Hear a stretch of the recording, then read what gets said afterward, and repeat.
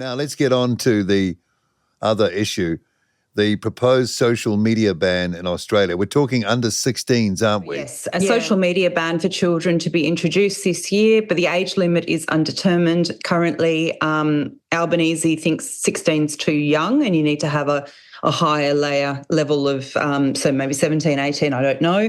Yep. And they both want it. Labor and Liberals want this social media ban.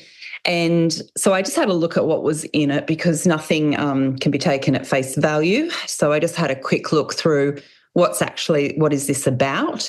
So it kind of piggybacked off a report that came out last year, and it was Roadmap for Age Verification and Complementary Measures to Prevent and Mitigate Harms to Children from Online Pornography. So that was in March 2023. And in that article, in that paper, it becomes very clear that it's about a biometric digital ID that children need to have to access. Well, this is about pornography sites. So there's a part where people wouldn't be too concerned about if it's a pornography site, that there's got to be some. No, that's reasonable. That's reasonable. Yeah, that's potentially reasonable. So that's kind of where it kicked off last year. But so they talk about biometric technology such as those which conduct facial age estimation. Oh, okay. And so biometric scanning and surveillance, but it's also got an AI. So to be able to assess how old is this person, you actually need AI assessing everything that child is looking at on the internet to be able to understand the age of that child. So it's AI trawling through your internet searches. So everything. Yeah, they would have to. Totality of searches. Yeah. They would have to, basically, because they're trying to assess how old is this child. So you'd then be looking at everything the child's searching at to be able to get a sense of the age of the child. So that's what they were talking about back then. Now we get into, and they talk about a decentralized ID. So it's always sold. It's in the next bit. So they always talk about this decentralized, because, there's privacy concerns about, your data and data sharing and everything else. So they're selling this under it's decentralized. So it means all your digital ID and all your information isn't available in one spot. So you can just pull out different parts of what you want to show. You want to show a company or a corporation or the internet or anything. So you don't have to show them everything. You don't have to show your at-home address, for example, or your medical status, for example. You can just pull out your age and, a couple of components. So this is the way it's being sold over and over again, this decentralized digital ID. However, it doesn't at all, of course, it ignores the fact that what will you be asked to show? And that you have to show certain things to be when you didn't previously have to do that to prove who you are. So that's basically that. And then they're brought out, so they call it things like tokenized, interoperable, these other words. They use all these other words because they know people are concerned about digital ID and don't know what that interoperable is. Means that it talks to everything. Yeah, okay. And tokenized means that you can break down, I guess if you're talking about ID, into different forms of ID. And they are the tokens, right? So you might have a passport, you won't have a driver's license probably if you're too young. You might have some sort of medical certificate or vaccination schedule, things like that. Those are the tokens, are they? Yeah, but you've got to show whatever you have to show to access that service. Yeah, and it might be multiple. It will be multiple, and it will get more and more that you have to show, things that you may not agree with, like vaccination status or social credit score. A social credit score for what you look at. I mean, before I go into what the government's now doing, I mean, there's a document it's called Capital and Debt, and it's by Canada Beyond 150, which is Policy Horizons, an arm of the Canadian government. And they make it very clear in there that with this social credit may become a more powerful determinant of socioeconomic inclusion. Rating a user's credibility trust, social credit, as is currently done by Uber, eBay, and many others, is becoming more common. So it's basically saying ownership could be displaced or augmented by access to services. So we don't own anything anymore. It's just about whether or not we can access the service, and social credit may become a more powerful determinant of socioeconomic inclusion. Maybe it will. Yeah, okay. So you own nothing, and then to access anything, you many people have no choice but to behave in a certain way.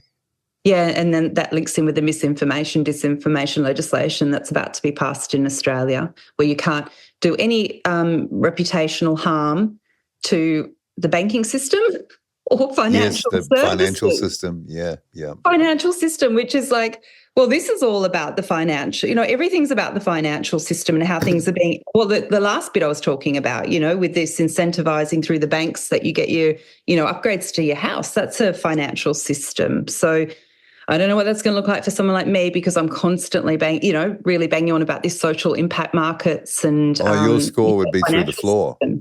Hmm? Sorry, your score would be through the floor along with mine. Yeah. And so just back to the digital ID. So then the government's just opened up a tender for this tech to be able to, for tech companies to put in a submission to be considered for this technology for children to be able to, not access social media. And in that tender, we find there's face and voice biometrics, and again, tracking what the child is accessing on the internet. That is under the wording of digital usage patterns. So everything's hidden. It's hidden, but once you get to know the language, you can see it. So they want age assurance refers to various methods which are used to determine a person's age. And so it's age estimation technologies and age verification. And they're talking about biometric information, facial age estimation and voice analysis, and using behavioural or online signals, e.g. digital usage patterns. So there you go. You've got the government trawling through everything. And then they talk about tokenised attribute exchange models, which is a digital ID, but they don't call it a digital ID. So that's in there as well. And finally, they say these methods may also be suitable for over 18 use cases, which could be stepped out by the successful tenderer. So there we go. We've got in May, the Digital ID Bill was passed in Australia, and so it's an act. It says digital ID will be voluntary. Yeah. So what are we up to? We're up to September. Yes. Oh, man. Crikey. What's a parent to do? And older than that, as it goes forward, you'd have to take them off completely, wouldn't you? That's the only right thing to do for a parent in this environment. Yeah, you'd have to, but I mean, look at how much you've got to use it for school now. Well, you'd have to homeschool them. And then they're going to bring in that they are looking at homeschooling in Australia as well. And they've set up a task force in Queensland. And I looked at the woman who's heading up the Queensland task force, and she's completely into the global education agenda. Yeah, they're everywhere. The tentacles are everywhere, aren't they? And the global education agenda is that it comes down from UNICEF, and it's basically it's five things all children in the whole world are taught. And number one's climate change. It's like activism and social justice. So they're going to be, just taught very superficial things, basically, to have to regurgitate. So and to be good participants in this model, this digital have cage. Yes, to make sure that you have the inner development goals for the sustainable development goals. So you have to be pro-social and, do social emotional learning, and that's a whole nother conversation. But it's very concerning because it's synthetic. It's a synthetic arena. That's the thing. Yeah, all round.